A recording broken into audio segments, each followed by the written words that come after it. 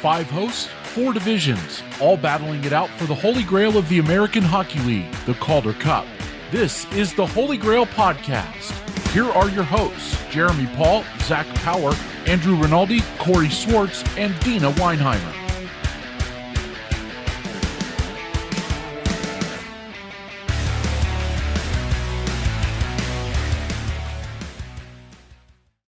Hello and welcome to episode 37 of Field Pass Hockey's AHL podcast, the Holy GrAHL. Now to kick off the show and to get you all acclimated to our voices and our faces here, instead of the standard introduction, I just have one question for you guys.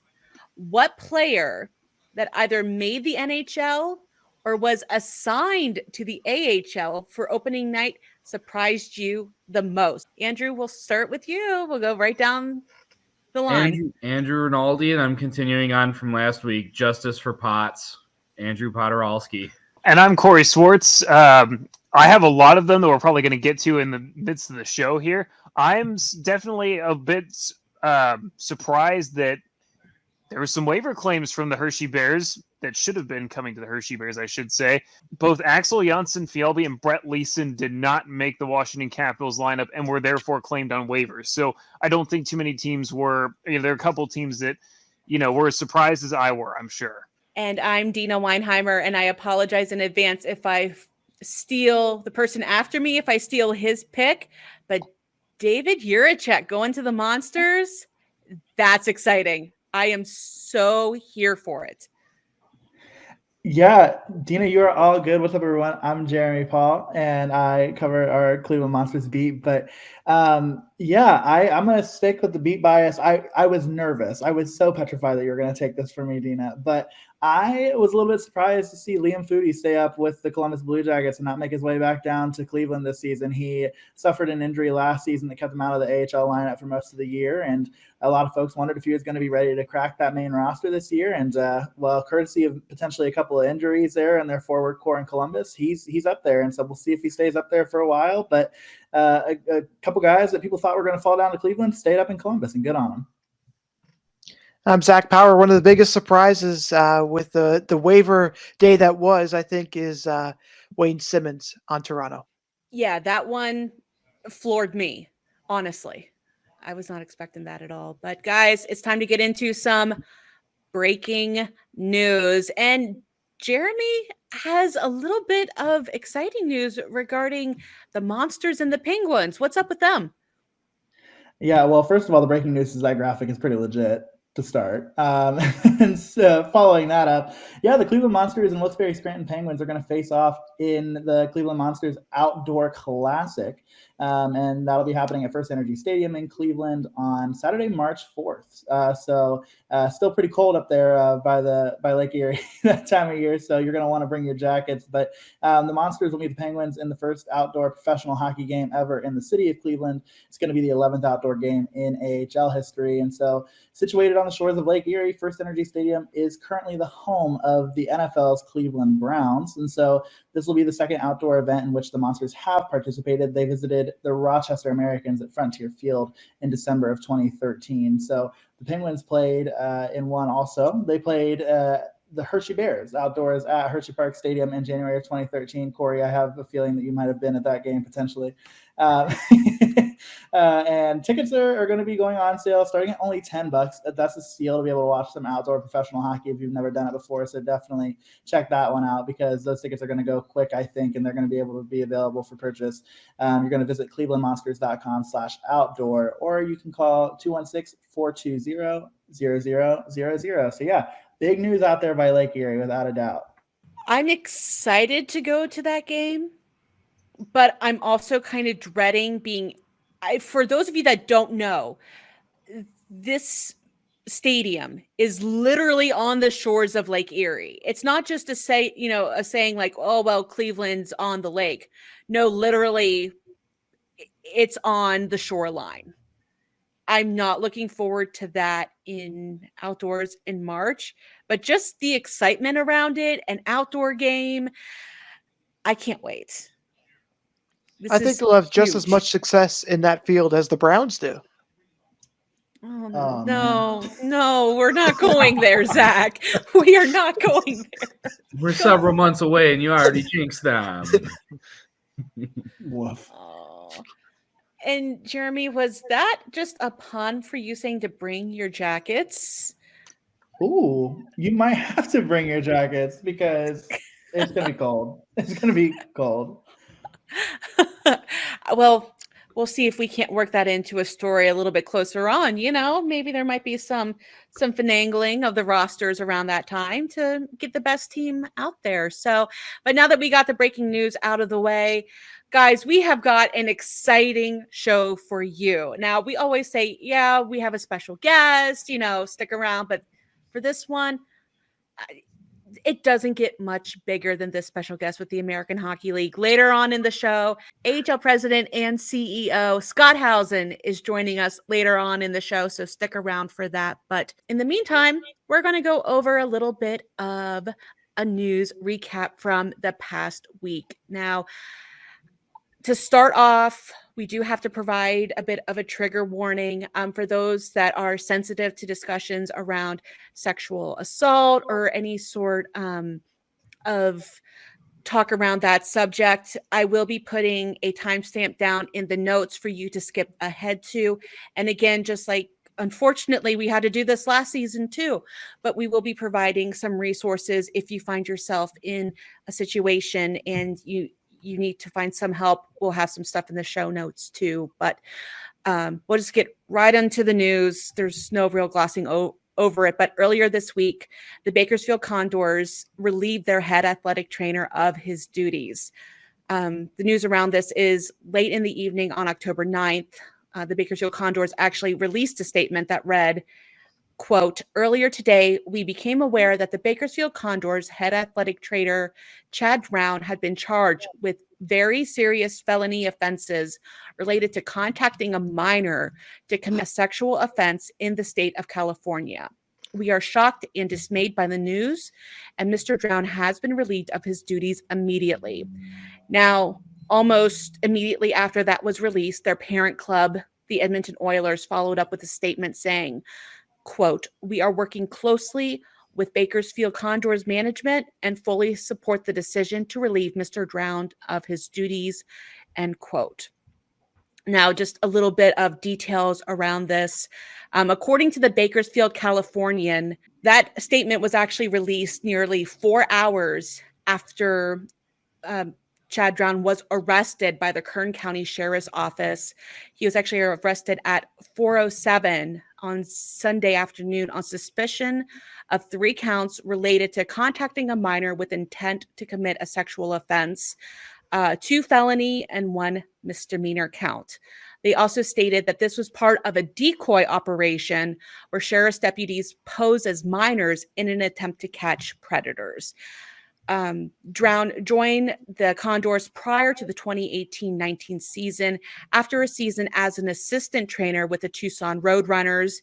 He had previously worked in junior hockey as a referee and a trainer and had a stint as an athletic therapist with Hockey Canada's under-18 team. Honestly, I'm just so sad that we're having to talk about something similar to this again. It's heartbreaking. It really is. I feel like we had almost the exact same conversation starting the season last year with the incident with the Wilkes-Barre, and here we are again. And it's been a really difficult time to be a hockey fan when, you see a story like this passing through after you've just scrolled through and you've read the statement from the victim of Ian Cole and everything that's been going on with Hockey Canada over the last couple of months. It's like, where does it end? And, I know the whole thing is about, hockey culture and everything. And I just, it twists my stomach to read about these people who are suffering. And, if the culture really is that toxic, I want to know what do we got to do to change it? And it's going to take an effort from top to bottom, everyone, all hands on deck. And it's I think that's what the part that really gets me is that you read this kind of stuff and you kind of do feel helpless that, like, what can we do? I mean, we're not in any positions of power. We're on a podcast, but I do think it takes an entire community, and it's going to take all of us to have to change and to do something to really kind of make this right, because I'm trying to keep it PG, but I'm getting pretty sick of reading these stories.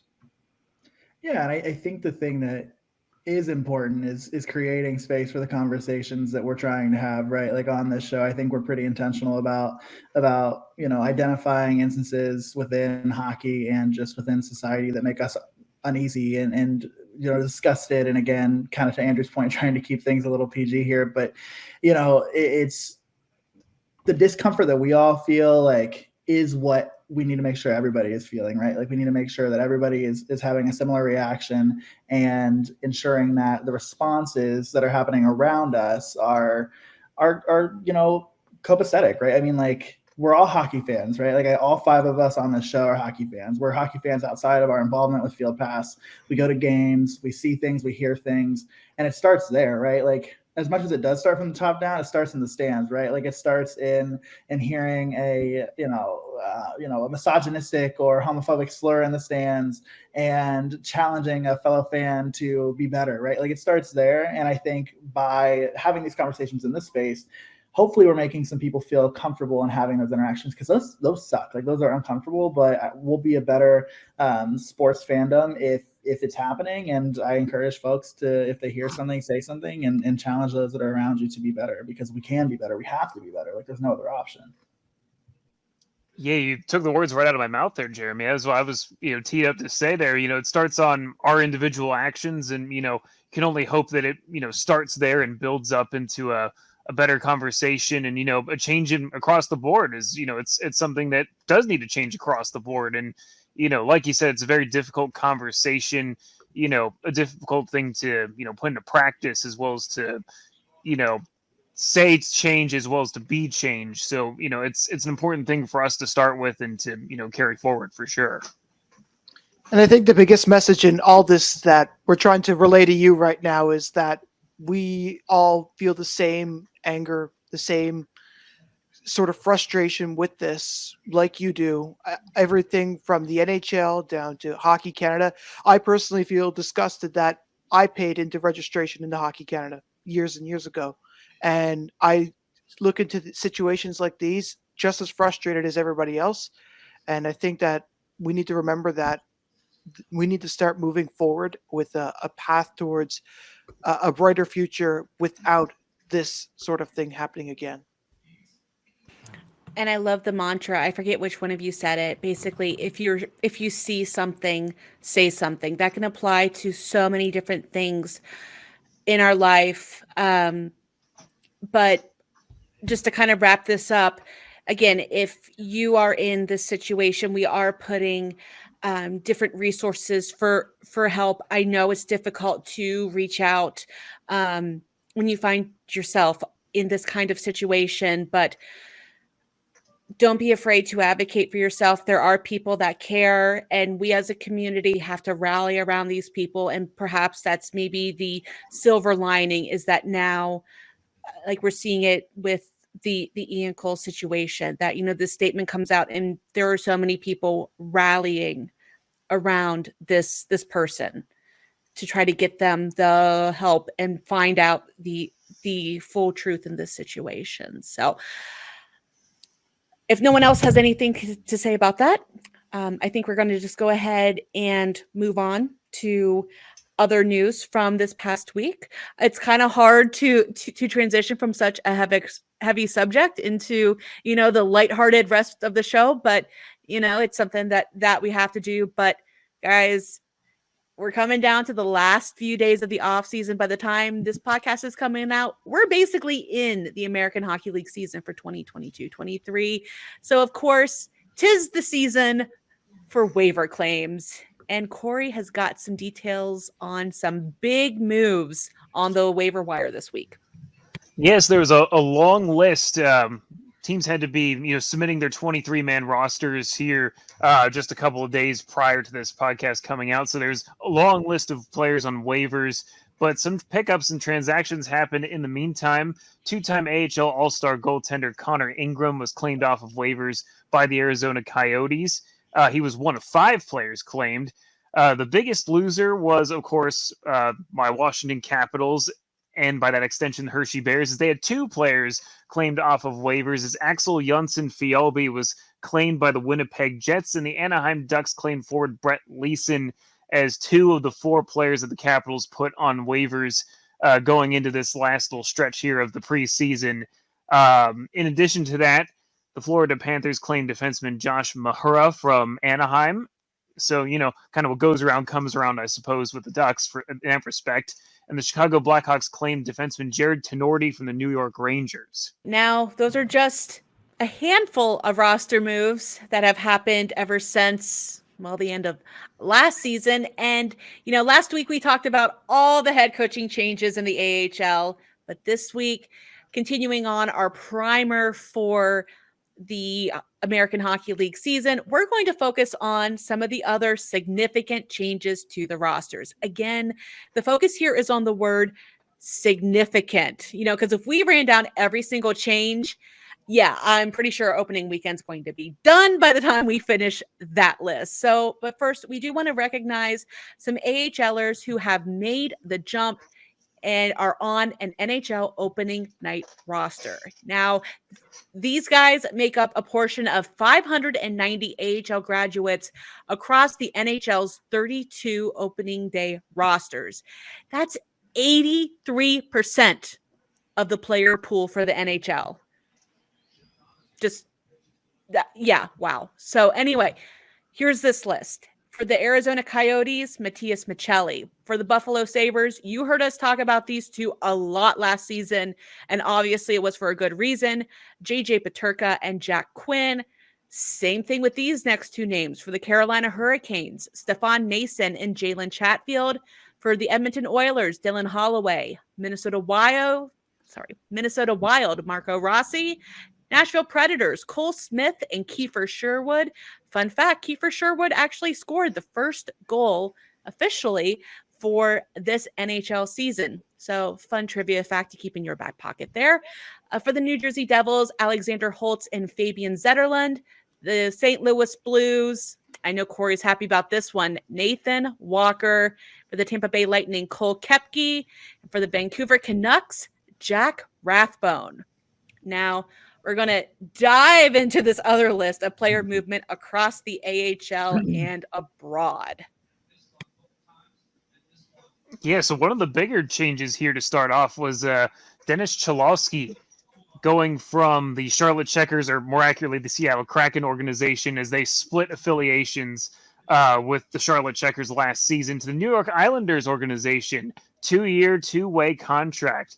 And he joins the Islanders after, obviously splitting time with Seattle and Charlotte, but also a long stint with the Washington Capitals as a waiver pickup, of all things, coming fresh off of that discussion, where he, stayed in Washington for a little bit and was reclaimed on waivers later on in the season. He's a good veteran addition to the blue line if he's at the AHL level, and, should be pushing for a spot at the NHL level, truthfully. And with Stuart Skinner kind of moving up to the Edmonton Oilers from the Bakersfield Condors, the Edmonton organization kind of filled that hole in net by bringing in Calvin Pickard, who had been with the Griffins since the 2019-2020 season. Last year, he finished with a 21-16-5 record and actually picked up 4 assists in 43 games to go with, along with 2.5 goals against average and a .918 save percentage. He was really a big piece of that Griffins team, but now that they've brought in a Olympic gold winning goaltender in Yussi Olkinuora and blue chip prospect in Sebastian Cossa, while he's been kind of pushed out of that crease in Grand Rapids, and he's looking to be a big part of that resurgence over there in Bakersfield. And I know we spend a lot of time, we talk about folks like Matthew Tkachuk and Mackenzie Weegar and Jonathan Huberdeau. I'm here to talk to you all about Cole Schwint, who was also a part of the package that sent Matthew Tkachuk to Florida. He will be making his debut this season with Calgary's newest Wranglers. And so he's going to have an opportunity to really make a name for himself. He's probably he immediately becomes one of Calgary's top prospects.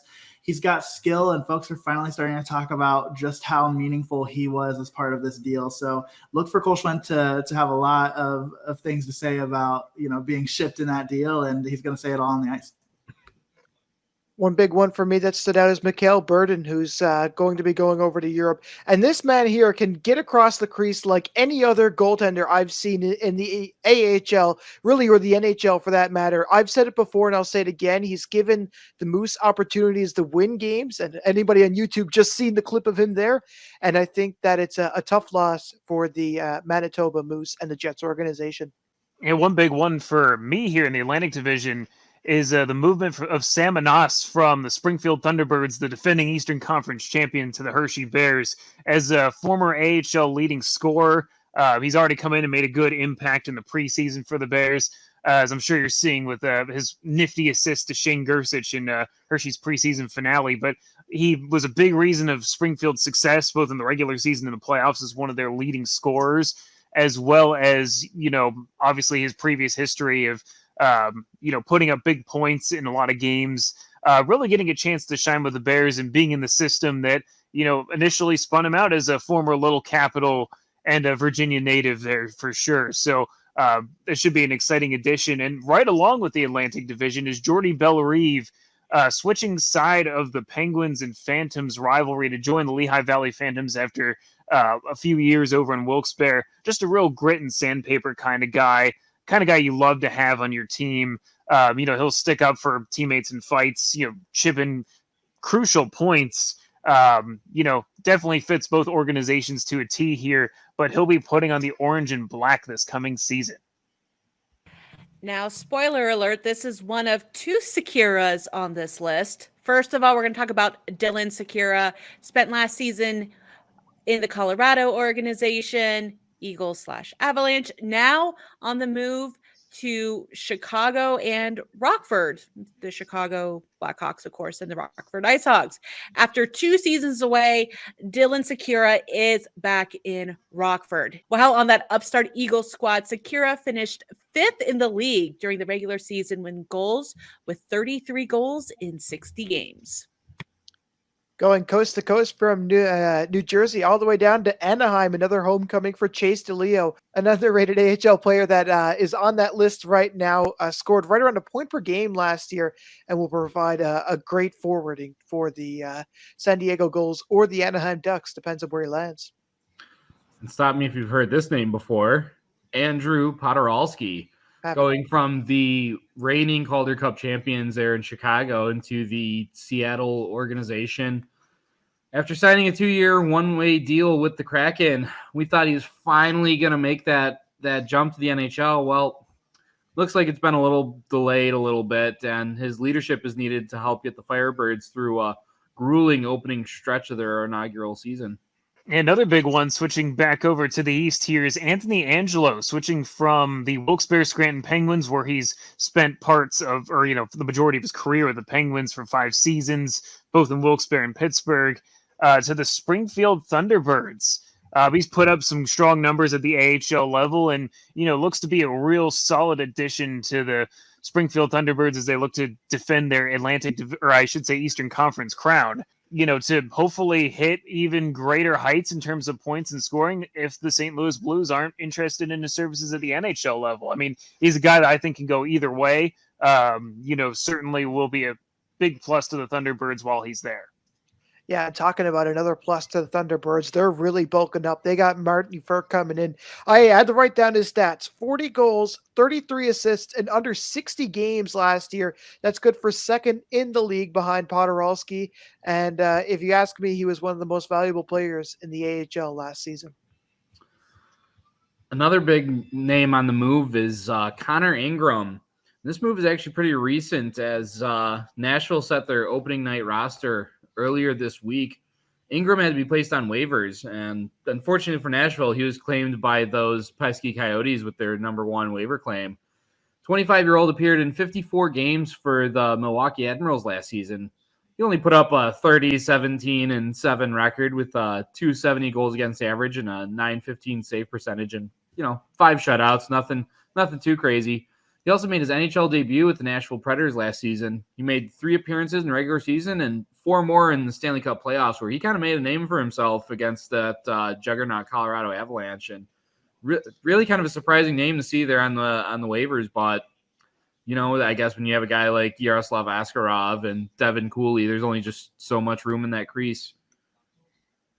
Yeah, absolutely. And speaking of firepower, along with Martin Furka, another player who made the shift west is Riley Barber, who shifts to the Western Conference for the first time in his career after tallying 28 goals and 53 points with the Grand Rapids Griffins in 49 games this past season. Big-time sniper, should be a huge boost to the Texas Stars as they look to, be in contention for the top of the Western Conference this season. Yeah, and a little bit of shameless season preview plug here. This is the player that I said is one of the biggest departures for the Cleveland Monsters, and that's Tyler Sekura. So he's heading over to the Wilkes-Barre Scranton Penguins, so that'll be a fun little reunion that happens in Cleveland on March 4th. But, Sekura is one of Cleveland's biggest losses. Like I said, he's a veteran AHLer who would have been an incredible asset to that lineup as we look down the Monsters roster and see just a ton of really young guys who have a lot of potential but could really benefit from having that leadership. And he was productive too, right? Like, so that's going to be somebody that that's going to be missed there in the room for Cleveland. And I can you guys believe it took until October 3rd for this guy to end up on a roster? I still don't believe it. I'm sure everybody on our group chat, on our writers, or I guess on our site Discord channel, was getting so tired of me going with every single signing. What about Tyler Sekura? When's it time for Tyler Sekura? Who's going to sign Tyler Sekura? Well, now they don't have to listen to me anymore. Yeah, Deana, you don't have to send a message. Hey, today is September blank, and Tyler Sekura doesn't have a contract still. So, he's got a deal, but it's unfortunately not with the Cleveland Monsters, and they're going to feel that. And a good deal for that. And finally, one big name that I want to kind of get out there is Richard Clune, who announced he's retiring over the summer.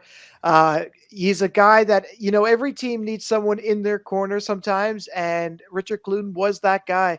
And he provided physicality when needed, leadership when needed. As anybody on YouTube is watching him go for a nice little fight against Stockton and Calgary. And best of luck for him. And he's going to be retiring, but he's also going to be staying in the Maple Leafs Marlies offices so he can help out some future prospects in the AHL and NHL. And we do have a few, I guess, kind of honorable mentions, just running through this real quick.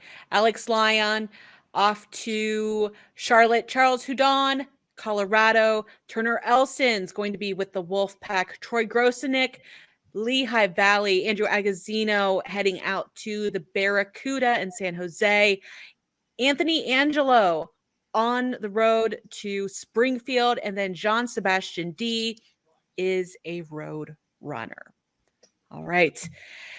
Now, guys, time to move on to a little bit of fun. My personal favorite segment, swipe left and swipe right. Real quick rules. We're all going to be offering our opinions. Well, the guys are. I'm not due to time constraints, but they're going to offer their opinion. We're either going to swipe left or swipe right. And then if we like it, the super swipe up is still in play, although not for all of us. A couple of us did use it last week, so keep that in mind. All right, we're just going to go in alphabetical order. Andrew, you are up. All right. So after I got burned last season for calling Lehigh to win the Atlantic, I'm kind of a bit skeptical about making another preseason pick. But you know what? These are meant to be hot takes anyway. So I'm going to go to a hot start to the season with the hot new team in town. And I'm calling it, I think Coachella Valley is going to be making a playoff run this year. I like the energy. And I think once they get back in their barn, they're going to have a kind of resurgence. And I think they got it in them. I like the names that they got going down there. If Potts is still there, anything is possible. I mean, I don't like the Potts angle is the thing that has me intrigued. And I mean, when you're talking about a Pacific Division that's got, I was going to say 10 teams fighting for a playoff spot, but then I remember that the Barracuda play in the Pacific Division, and I was like, wow, we got 9 teams playing for 7 playoff spots. But again, yeah, I don't see why not. I don't see sure, they've obviously, like, you've got a team in Seattle up there as their affiliate that is obviously trying to stockpile as many prospects as they can, and we'll see if it comes through to fruition. I honestly, I think I would swipe right on any take right now that was a playoff take, because you never know, and I want to be the smartest guy in the room, so give me a swipe right. Potts, Alexander True, Joey Decord, an expanded playoff format, easy right swipe. You had me at Alexander True. I mean, having seen him in Charlotte enough last season, playing against the Bears and playing against a number of teams, True and Podorowski are big-time scorers. And, you know, since correct me if I'm wrong, if you guys may know this a little bit more than me, but I think if they may have played together at one point in the past in Charlotte, if I'm not mistaken. I could be wrong about that. But, you know, those two guys are big-time scorers. They're elite. Joey Decord is fantastic. You know, putting all that into account, I'd give that swipe right. They'll make the playoffs and make a good push. I may not say Calder Cup bound at this point, but, you know, I'd definitely be willing to say they're going to make a run. You know what? I think I'm going to be the dark horse here, and I don't think that they're going to make the playoffs. Simple reason. Look at the front end of their schedule. Look at what they were given as a Christmas gift. A Christmas gift that late in the season is not a good gift. A home opener going all the way into December. It's 18 games on the road. I can't see them being off on a good enough start. And Andrew Podorowski, if I was putting bets down on it, that's going to be his Christmas gift. Is he's going to be sent to the NHL. I mean, right now, I just don't see it. And if Dan Bylsma gets a hold of that power play, I talked a little bit about it in my season preview. Watch out for that. If Dan Bylsma gets a hold of that power play, you could count it as good as done. For me, I don't think that they're going to make it. So, sorry, buddy. Well, I think I may have made this assertion once before on the show, maybe, but it's been a little while, so I figure it's worth bringing up again. But it is past time for the trapezoid restrictions, or really most of the restrictions on goaltenders in general, to be retired. I think it's about time should be able to see goalies, you know, be able to make that gutsy play to skate out to the corner boards to play the puck. Or, you know, heck, if they want to cross center ice and, you know, play the puck, take a shot on goal, something, I'm here for the chaos. I want to be able to see a goalie coming out for a delayed call, you know, skate it up if he wants to a little bit or dump it in or something like that. No fear, no restrictions, shouldn't be a thing. I think the goalie should be allowed to play the puck a lot more. You know, one of my favorite all-time highlights is Patrick Waugh putting Wayne Gretzky in the spin cycle at center ice. And I want more of that, especially on my beat. You have Pyotr Kochetkov, who plays the puck like a third defenseman back there. But Marty Brodeur ruined it for the rest of us, and I don't think it's coming back. I want it to come back. What I want and what are actually going to happen are two different things. So I'm going to swipe right on it. I'm going to have to swipe left. Simple protection of the goaltenders. I think hockey has really become a very fast game since we've seen goaltenders have so much freedom. And you have one of those Connor McDavids whizzing by you and decks you in the back. Forget about it. Doesn't matter how much gear that the goaltenders have nowadays compared to then. There's no way. Man, now I feel like a jerk because I was about to come in here like full swing, like full chaos, full this, full that. And Zach's like, what if they get hurt? And I'm like, well, okay. I think I'm more keen to the idea of loosening the restrictions on the trapezoid. The center ice thing, I've got a little bit of hesitation on just because of actually a similar reason, right? Like, and also just for the safety of other players too, right? Like thinking through all the padding that the goaltenders are wearing too. Zach had to be an agent of morality here, but I'm going to swipe right. I think to Andrew's point, like about Pyotr Kochetkov, right? Like if you have a goaltender that has this in their skill deck, in their skill bank, like, yeah, like if they can do it to help their team, I'm all for it. Swipe right. Now, I'm normally one of the first people to just throw my hands up in the air and go, yes, chaos, give me all the chaos. But, I mean, you had me until you mentioned, you know, center ice line. Maybe if we dial it back a little bit to, like, you know, anywhere behind the faceoff dot, I don't know. If we let up on that rule, what avalanche is that going to start? I hate to do it to you, but I'm going to have to swipe left on this one. I will add to my points about this is A, Joel Hofer scoring a goal in the playoffs was fantastic last season. And B, I watched a lot of 3-ice over the summer. So I got to watch, no rules. The goalie, it was a very rare thing, even in 3-ice with as much chaos as going on there, where the goalie would rush up the ice. It happened every once in a while. It almost never works out. So it's not like I'm saying we're going to change the rule to be the goalie has to join the rush on a delayed call or, something to that effect. It would still be very rare. But, you think to some of the clips, there was a time in the NHL where a goalie was skating to the bench and had the puck end up in his feet. And he couldn't do that much with it because he was, about on the center ice line. So, I'm not saying, advocating for extreme rules like that. But, if it's there, we talked about, loosening some rules in the past, like the helmet rule. When you lose a helmet, you have to skate right off the ice type of thing. It'd be more in the vein of that, where, you just have a little bit more freedom to make that quick play or, something along those lines, truly. I was wondering if that wasn't 3-ice inspired, but you answered my question. Few things are, but that might be one. But yeah, Corey, I'm so glad you're on the show. Like, not only just for all the obvious reasons, but also because I'm usually the one that has the takes that are like have like some little caveat in there that makes them not appealing to people. So thank you for being here and taking the brunt of that with me, because I'm probably about to do it again. So Andrew, my friend, I'm sorry for doing this to you. But the great departure of approximately the entire Chicago Wolves lineup is going to make for an interesting season in Chicago. It's going to make the Central far more competitive. Book it now. Milwaukee's going to win the Central, and Grand Rapids is going to have a home playoff series. I said last week that Milwaukee was going to win the Central, and that was before that Nashville announced that they were sending down Phil Tomasino, who was a point-a-game player in this league 2 years ago.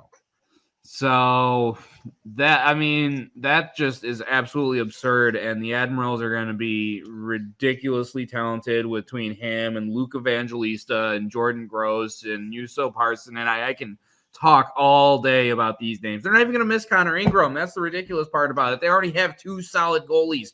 They're not even really going to miss him. But I really don't think that the Wolves are like just going to plummet to the bottom of the basement, because if there's one thing that the Carolina Hurricanes pride themselves on, it's the depth of their organization. Vasily Ponomarev looked like he was going to be a shocking pick to make the Carolina roster and was one of the last cuts to be sent down to Chicago. They got Jack Drury coming back. I thought he was going to be a sure thing in Carolina, but I'm going to swipe right on it because I do think Milwaukee's going to take it, but I don't think it's going to be – you're not getting a super swipe. I don't think it's going to be as easy for the Admirals as we're making it out to be. I'll just say ditto everything Andrew said. I trust him. You know me, I don't really like to make picks, but I will say this. The thought of Milwaukee actually winning the division is actually somewhat probable. As for Grand Rapids, I don't know. It's Detroit. It's Detroit we're talking about here. I'm going to swipe. What's that supposed to mean? No shame. No shame. I'm going for the same morals as I did last year. Is I'm not jinxing anybody this year. I'll swipe right on that, just in the vein of saying that it's going to be more competitive. Now, like with Chicago last year, they were far and away, the top dog for so long. And, I think it's going to be fun to have a little more, some more vying for the crown there. I think Milwaukee is probably the early favorite. I mean, I'm not as much of a Central Division expert to be able to tell you I can make a pick and feel 100% confident in it. But, I think it's going to be very competitive. And, I'm here for an interesting season in the Central Division for sure. My big proposition for you guys is that I think that the AHL should go to the same rules as the NHL. And maybe this is a question for Scott Howson coming up a little later about that format and how exactly that works. But I do think that the AHL should adopt the same one as the NHL, and that, there's no buy, there's nothing. You're going in with the same amount from each conference, each division, and there's no questions to be asked all around. Yes, yes, yes. I'm sad I already used my super swipe. Can I buy another one? You got to buy the premium Holy GrAHL subscription. How much is that? I hear it's $14.99 a month, but that's just from sources that aren't related to me. Who do I send that to? Me. Okay, send me your Venmo. I'll get it to you. Super swipe. I if you asked me this last year, I would have said like, oh, I like the uniform format that the NHL has. The buys are really confusing, and I thought they might throw some teams off, especially the way that they were spaced out. The Wolves, after the end of the season, had like a almost 2-week break before they even saw hockey again. But that being said, our guest kind of alludes to having more meaningful games for more franchises, and to do that, you got to have an expanded format. And I kind of agree with his reasoning was pretty sound, so I'm going to swipe left on this. I don't like it, but I understand the need for it. I think it's a fascinating proposition, Zach. I'm the same way. Like, it feels more legit to have a playoff that like people don't look at and think 23 teams out of 32 make the playoffs for that. Like, it doesn't make sense. It's not aesthetically pleasing by any means of the word. But I think we all can agree that for the most part, the playoffs turned out essentially with some, variance, essentially the way we expected it would have if there was a 16-team format, right? Like, I think the teams that needed to be where they were there, and Chicago, like, that's the kind of thing that I think like ultimately the end result was the same. And to Andrew's point, just the idea of more meaningful hockey for teams, and also the money, the revenue. Like, I get it. I don't love it, but I get it. And so I'm gonna swipe left, but only after I've like closed out and hope that your profile doesn't come back up and all that kind of stuff. So yeah, that's a tough call, honestly. I know for some teams it was a concession to give up games, and for some teams it was a concession to take on more games, depending on where they were at in the individual points of the season.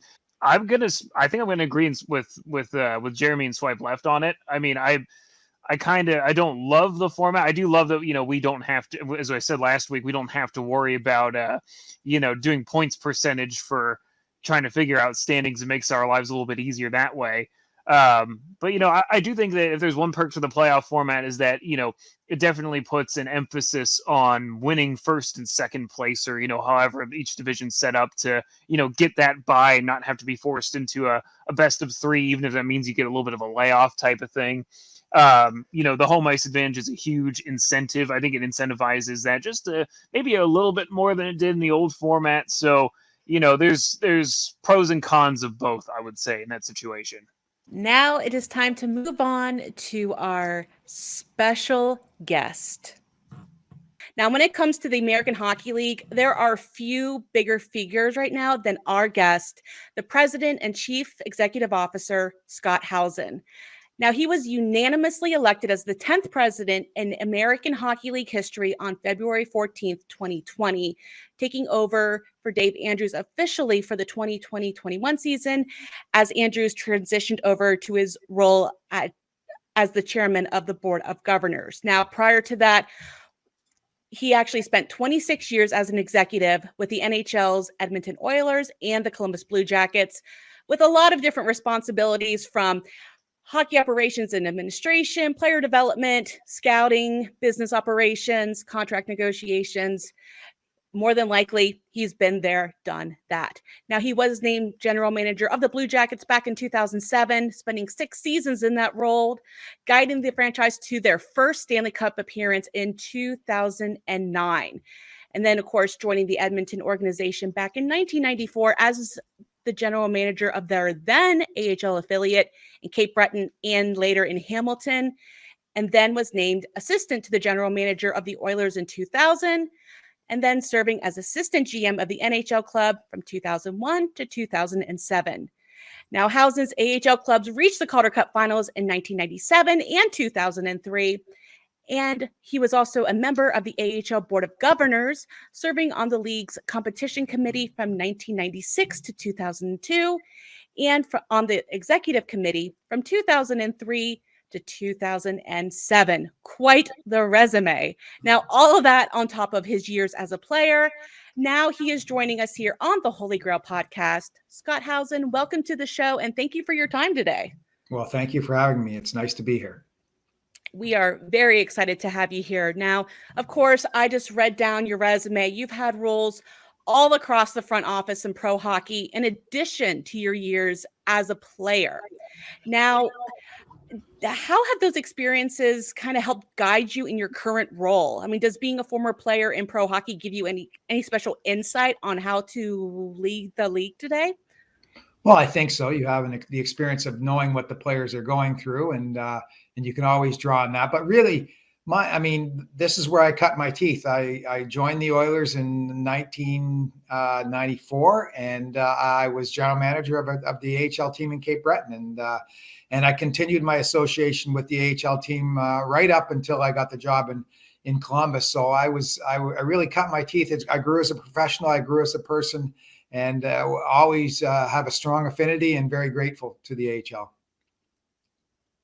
Now, when you took over for Dave Andrews back in the 2020-21 season, of course, you were hit with some really unprecedented decisions and obstacles given the pandemic. I'm just kind of curious as to your thoughts about all the changes and the challenges that the league has gone through since that point. Well, everybody went through it. It wasn't just the AHL or hockey, or everybody went through it. I got the job in February, as you mentioned. I was supposed to travel to Springfield May 1st and transition with Dave for 2 months and then take over on July 1. Well, that went out the window, and I didn't get to Springfield, I think, till October. We were ready to bring some people back into the office in October. So, and then it was just, what are we going to do in terms of starting the season? We kept delaying the start, and then finally we were lucky enough to have a February start date. We decided, I think, at the end of December, we were going to play in February with great assistance and great help from the NHL, I might add. And so we had a truncated season, and we got through it, and I was very proud of our group to get through that. It wasn't easy. I look at a sport like baseball. The minor league baseball teams didn't play at all in 2020. We were lucky enough to get even 25 or 45 games in for some of our teams. So I was very proud of that and how our group worked together and got through a very difficult time. Now, as we turn into this season, let's kind of talk about the Western Conference, specifically the Pacific Division. There's 10 teams currently there, including a couple new teams in Coachella Valley and the relocated Calgary Wranglers. Has there been any talks in the league or any discussions about realignment to kind of even out the divisions in the future? Yeah, that's always a point of discussion. It's the way the Pacific Division was originally started. It gave teams the right to move in. We can realign within the division, but the league does have that to split it into two divisions if we want. But to bring a team out of the Pacific Division and say put them in the Central or somewhere else would require board approval, and it really wouldn't be fair to those teams. All those teams joined that division to play in that division. It was very important to them. And so it's year by year. We'll see what goes on. 10 teams. The look is unbalanced. There's no balance. And we understand that. And one of the things that's important for the Pacific Division is to get all those playoff spots. So we did overcome that. The 7 teams out of the 10 will make the playoffs in the Pacific. But it's always something we're looking at. And if there's a way to improve it, we will. So again, looking specifically at this season, have there been any changes to officiating, or are they going to be kind of looking for any special points of emphasis or rule enforcement that the fans should be on the lookout for this year? Not really. There's sort of a slight change. There was nothing in the rule book, but a slight change on how we're going to call when the player's helmet comes off. In prior years, if a player's helmet came off, he had to go right to the bench or he was given a penalty. And now if he's in the middle of a play or playing the puck, he's allowed to go ahead and do that before getting off the ice. But really, not much has changed officiating wise or rule wise. It was a pretty calm summer for that. Now, I just wanted to also kind of ask, last season we saw the emergence of female officials. Just from a growing the game standpoint, can you just give us your thoughts on how they did their first season and just kind of that partnership that we're seeing from the ECHL, AHL, and NHL when it comes to being in and developing new officials? Yeah, we're all working together. There's an officiating crisis in all of sports, and hockey's no exception. Particularly at the younger levels, I know here in Massachusetts they're searching for officials for hockey, but we're very proud of the fact that we were able to introduce our 10 female officials last year. Last year we were, I think, 7-3. This year we'll be 9-2. Kirsten Welsh, who some of you may or may not know, has been added to the NHL prospect list as a lines person. So she'll be doing games again for us, and hopefully she can grow and hopefully at some point somebody's going to get to the NHL, and maybe it will be her. So on Tuesday, it was announced, and I'm personally very excited for this news, that the Cleveland Monsters and the Wilkes-Barre Scranton Penguins are going to be facing off in an outdoor classic in Cleveland at FirstEnergy Stadium in early March. Now, of course, this is the 11th outdoor game in league history, but it's the first one since 2018. Can you give us a little bit of insight as to how this idea came about and why the Penguins and the Monsters? Well, it was really Cleveland Monsters driven. They told us a few months ago that they might want to do this, and they were going to work on it and see if it was feasible. There's so much planning and so many things to think about. We just went through a checklist this weekend internally at the staff, and there's like a 7 or 8 page document that they have to think about all the requirements, whether, something as simple as making sure that the locker rooms are going to be functioning, and how are the players going to get to the ice, and what's video replay look like. All those things have to be discussed and decided on. But we got official notice last week from Mike Ostrowski with the Cleveland Monsters that they were going to go ahead with this. And for me, it's really a sign that hopefully we're getting back to normal. And there's no way anybody was going to do an outdoor game in the middle of COVID, and now we have one, and hopefully it'll be the first of a string of many to come. Do you think that playing outdoor games is one of the hardest kind of events to pull off in the AHL right now? I would say so. Yeah, it's complicated. A lot of work will go into this, and then you're also dependent on the weather. And we make sure they have a backup plan. What if they can't play on Saturday, March 4th at 1:00? What are we going to do? So there is a backup plan for that. And because there are some things that we just can't control, but I think it's hard to pull off, but I think it'll be such a great event. And I think so many people will have such a great time at it that it'll be worth all the hard work. And I think FirstEnergy is getting used actually earlier in the year too with a college hockey game. So that'll be a little bit of a trial run before the AHL takes the ice there, without a doubt. Correct. Yeah, that's correct. But thinking through, we're getting ready to start the regular season, and some teams were able to play some regional games in a preseason-esque format. And so we've talked about it on the show before, just, whether or not that'll be something that the AHL ever explores as being a mandatory requirement for teams, or if it'll remain up to the teams as to whether or not they will play any preseason matchups. That'll always be a team choice. We're not going to mandate what they will do in preseason. We leave it up to them, and everybody's got a different taste. I think there's a couple teams that are playing 3 games, and some teams don't want to play as many. So, and a lot of it is finding opponents too. It's hard to sometimes, for some of the island teams, for them to find opponents. So it's a challenge, but we won't mandate that they have to play.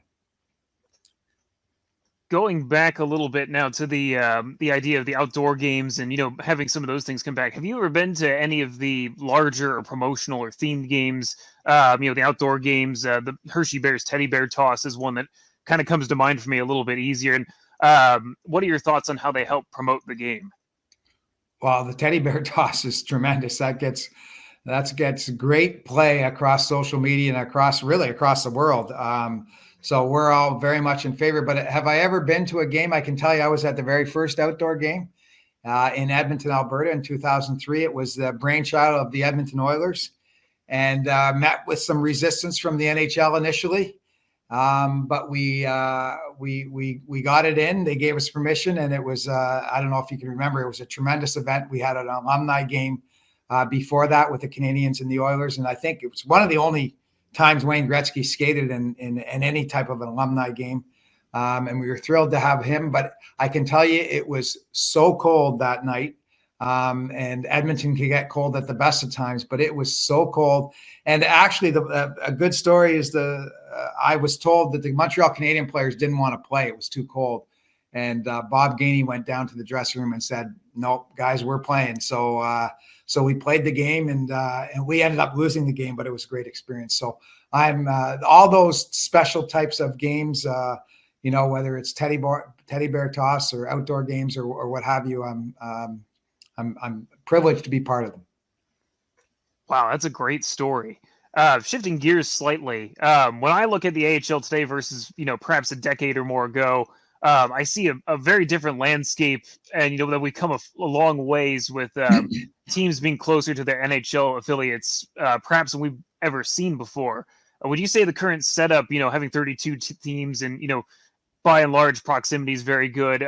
Is it kind of a dream setup right now compared to a decade or less even ago? I think the NHL teams are very happy with the way it's situated right now. We've seen increased ownership from NHL teams buying AHL teams. Right now, we're 21 owned by NHL teams and 11 independently owned. And there's been this, ever since the cap came in 2004, there's been this transition to controlling the development on the part of the NHL team. So that was why the Pacific Division got started. Control the development, get them closer to the NHL teams. I would say to you that our league's probably as stable ownership wise as we've been in a long, long time, and probably market wise. We did have a market change this year, but I don't get the sense that there's anybody clamoring to move or anything like that. Now, these things always hit you, and you don't know when somebody's going to decide that, okay, it's time to sell. And I'm sure that will happen. Nothing ever stays the same, but by and large, we're very stable.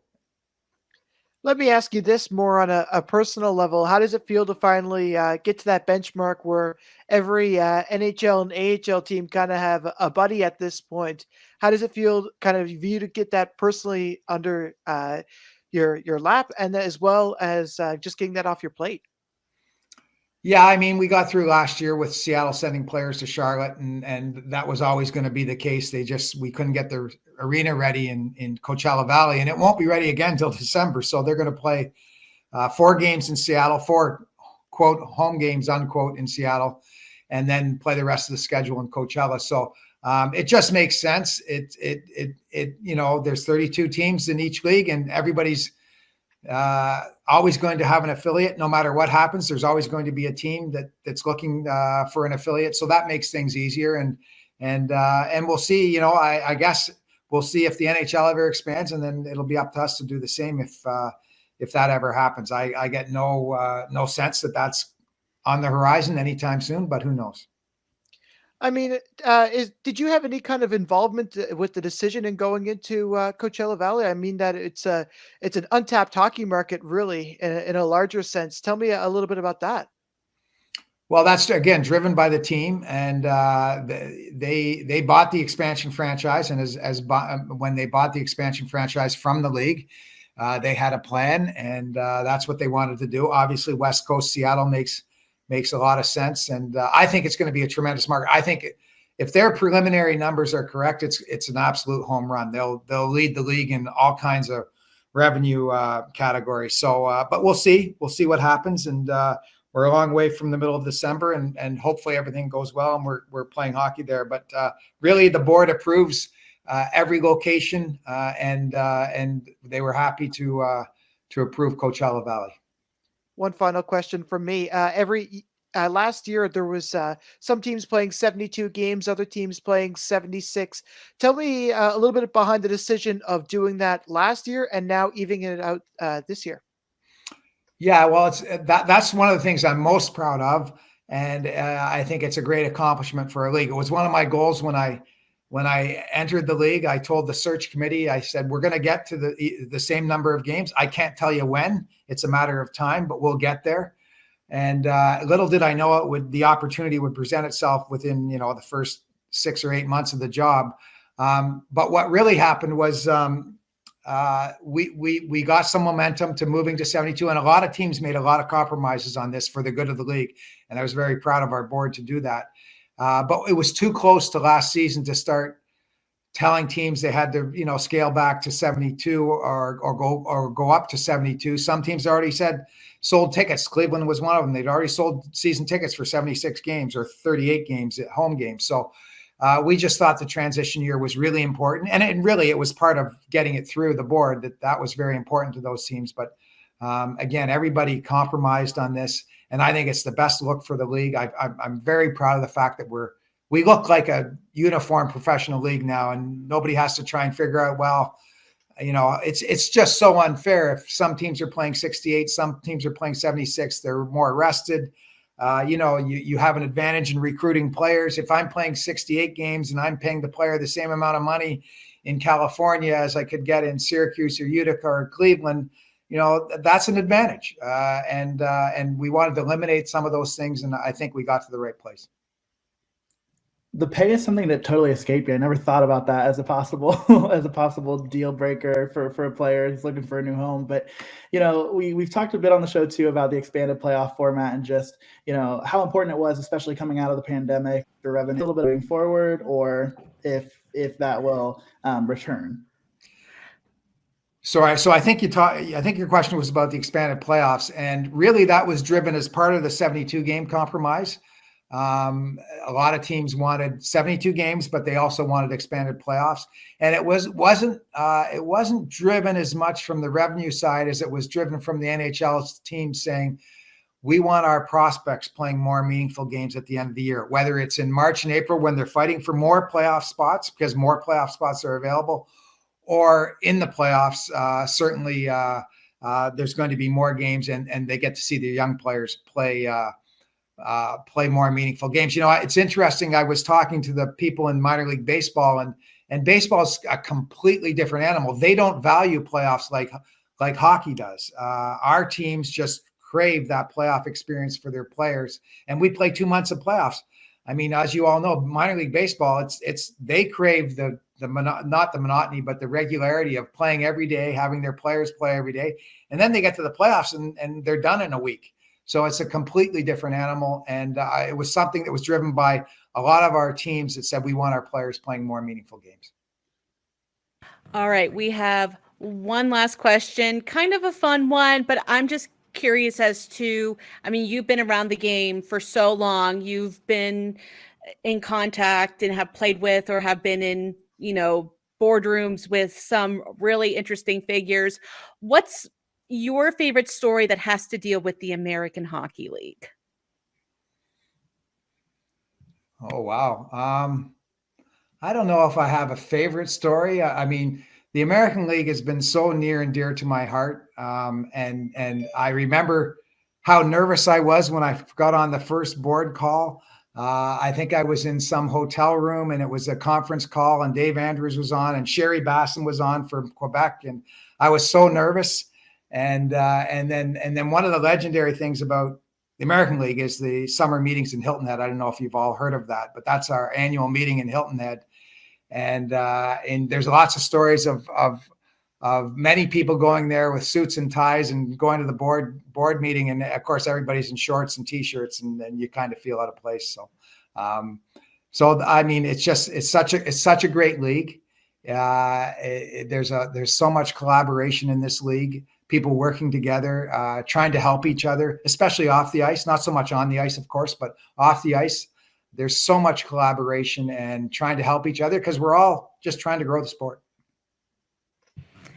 Absolutely. And yeah, I understand that whole mindset of going in with the suits, coming out, okay, I'm a little bit overdressed. I think we've all been there, our first time into a lot of things. I know I've been there on the media side with this, overdressing, but rather do that than underdress. Yes, but I guess technically one more. Any message for the fans as we begin the 2022-23 AHL season? Yeah, we're just so grateful to the fans. We had a terrific year last year in the middle of COVID with lots of restrictions, and our fans were there through thick and thin. And I think it's going to be an exciting season. We've got AHL TV Freeview this weekend, so our fans can look for free and see if they like the product. And it's going to be an exciting season. I mean, this game is in such a good place, not only at our level, but at the NHL level and a lot of places. The players are so good and so skilled and so fast. It's just terrific entertainment. All right, Scott Howson, thank you once again for taking time out of, I'm sure, your extremely busy schedule to be with us here at the Holy GrAHL podcast. Yeah, you just let me know when you want me back on. All right, now that we are moving into actual meaningful games, not that preseason games aren't meaningful, but games that literally count for standings points, not points percentage. Don't forget, we are moving away from that back to the much easier to follow method of determining, who stands where in the standings. But we're going to go ahead with our picks for the game of the week. Just like every other time we go down the list, alphabetical order. Andrew has his pick first. All right. And, I'm being right up front. Unashamed beat bias here, but this Saturday, you have a retooled Admirals squad that's looking for revenge against the reigning champs in Chicago. They're going to be raising their 5th championship banner. Yours truly is going to be there at Allstate Arena. I mean, good old-fashioned rivalry to kick off the season. What more could you want? I think these two teams are going to be the class of the Central going through, and it's going to be a lot of fun to kick off. I'm going on the beat bias here as well for my pick. On Sunday afternoon, a 3 p.m. start time here in the Eastern time zone, it's going to be the Hershey Bears hosting the Lehigh Valley Phantoms for the first of 14 games between the two teams this season. It's the first installment of, or will be one of the first installments, I should say, of the Battle of Pennsylvania, which I'm going to be going in depth on later on Field Pass Hockey. Very excited to get back at it. It's going to be a more, all the seasons between the Bears and the Phantoms are very contentious, very tight checking. A lot of nasty between those two teams. For both teams, they're kind of looking for revenge on the other. I know at times Lehigh Valley had the edge on Hershey, especially when it came to games played in Allentown last season. But, the Bears kind of capped it all off by clinching their playoff spot and punching their ticket in that respect in a game in Lehigh Valley that also kind of killed the Phantoms' last remaining hopes at a playoff spot. So looking forward to getting back at it. It's going to be a lot of nasty. It's going to be a pretty good series this season, I believe. Well, my pick is also pretty playoff inspired, and that's going to be between Hartford and Charlotte on Sunday. So Charlotte obviously had their run cut short by Springfield last season. So they're coming back this season, hoping to, reclaim the Calder Cup after, holding on to it for so long during all the COVID seasons. And so they're going to be fun to watch this year. Where are they playing at, folks? Where are they playing? Bojangles Coliseum. Bojangles. That's the one.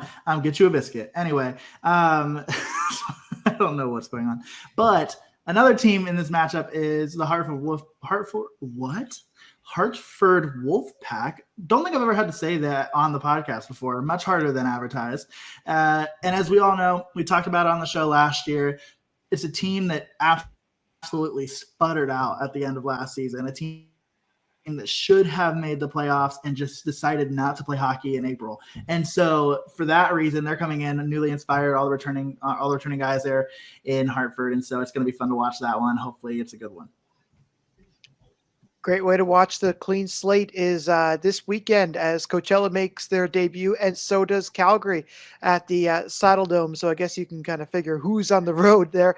It's a fresh new team for Coachella Valley. Lots of players. We've talked about it a lot on this podcast before, and Calgary's got a really good look after coming from Stockton. Stockton had a lot of success last year, a lot of good players that have graduated up to the Calgary organization. So it'll be a bit of an interesting look for opening night for Calgary and as well for the brand new Coachella Valley Firebirds. And a bit of shameless self-promotion. But if you're interested in that Charlotte game and not near a TV or any way you can watch the game, you can stream the audio live on the Field Pass Hockey app Charlotte Checker is partnering with us once again to offer their streams on our app. And you can download that on the Google Play or the Apple App Store. So, and then, of course, as Scott Howson said, all the games for this opening weekend are available for free with AHL TV. So you can go ahead, watch those games, see if you agree with our picks. Do they pan out the way that we thought they would? So yeah, those are two options for you to check all those out. Then we have one more segment for you this week, and that is our bonus round. Now, Andrew won last week's, I guess, kind of visually oriented bonus round. And so now he gets the honors for this episode. All right. I went all the way back to episode 2 of the podcast for this one because I wanted to go back to our scoring races and see kind of just who was doing what at this time of the year last year. And it's kind of a bit of a memory game also for, 3 out of the 4 of you. Sorry, Corey, you just weren't a part of the pod at the time, but you're here now. And if you know this, well, then congrats to you. Do you remember who the leading point scorer was after the first weekend of the 21-22 season? Didn't? Oh, sorry. This is a game, isn't it? This is like the question. I guess if you got it, you can buzz in. Well, I don't have the player. Why would I know that? But I have it in my head that somebody just went absolutely stupid in the first weekend and had like 4 goals. Wasn't it Jimmy Huntington with the crunch?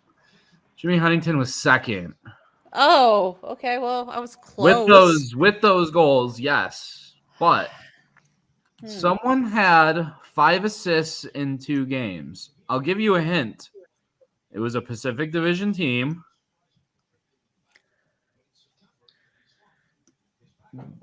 Do you want the team? It was... No, the team feels like it gives it away, doesn't it?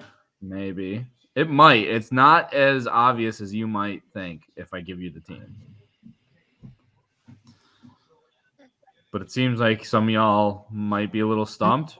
Just a little bit. They played for the Henderson Silver Knights.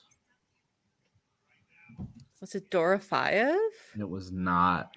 Was it Peyton Krebs? It was Peyton Krebs. Oh. That was prior to the Jack Eichel trade. And on opening weekend, Peyton Krebs had 5 assists in 2 games. I forgot about that. Yeah. I did. It wasn't so obvious, was it? No. Did I at least get somebody on the right team? Yeah. Now that I think about it, like I had to think, and I looked, and only I just remembered as I checked out his stat sheet, he only played 2 games for Henderson last year, and then that whole Eichel thing because Jack Eichel wanted to play for a playoff team, so. Oh, whoops! I shouldn't have laughed. That was bad. No, I'm laughing. You can laugh. Okay. It was funny. Jeremy, congratulations. Thank you so much. I cannot wait to inevitably forget that I won this week and then put together next week's on Tuesday at 5 p.m. Looking forward to it. That's okay. We started recording at 7:15. I had this idea at about 7:14. So, that's how we do the bonus round here at the Holy GrAHL. There we go. Well, guys, that's going to be it for the Holy GrAHL for this week. If you'd like to see or hear more of us, please subscribe to us on YouTube or wherever you listen to your favorite podcasts. Also, follow us on Twitter at the Holy GrAHL. You can also check out all of Field Pass Hockey's other podcasts, Inside the SPHL with James Hayes, the 3 Periods podcast with Matt Harding, Syracuse Speaks with Alexander Ackerman, of course, a Syracuse Crunch-centric podcast. And Jeremy, we have to sit down and talk about Monsters Musings at some point, my friend. It may or may not be coming back. We don't know yet. Confirmed. It will. It will come back. It just might not be in the same format that you did it, my friend, but it will be back. So stay tuned. Oh, well, okay. Well, stay tuned for another update on that. But on behalf of all of us here at the Holy GrAHL, we hope you have an amazing week. Enjoy opening weekend of AHL hockey, and we'll see you all next Thursday. Bye. This has been the Holy GrAHL Podcast. Have a question or a topic suggestion? Hit us up on Twitter or drop us an email. For the latest news across the American Hockey League and the rest of minor league hockey, download the Field Pass Hockey app, now available in the Apple and Android app stores.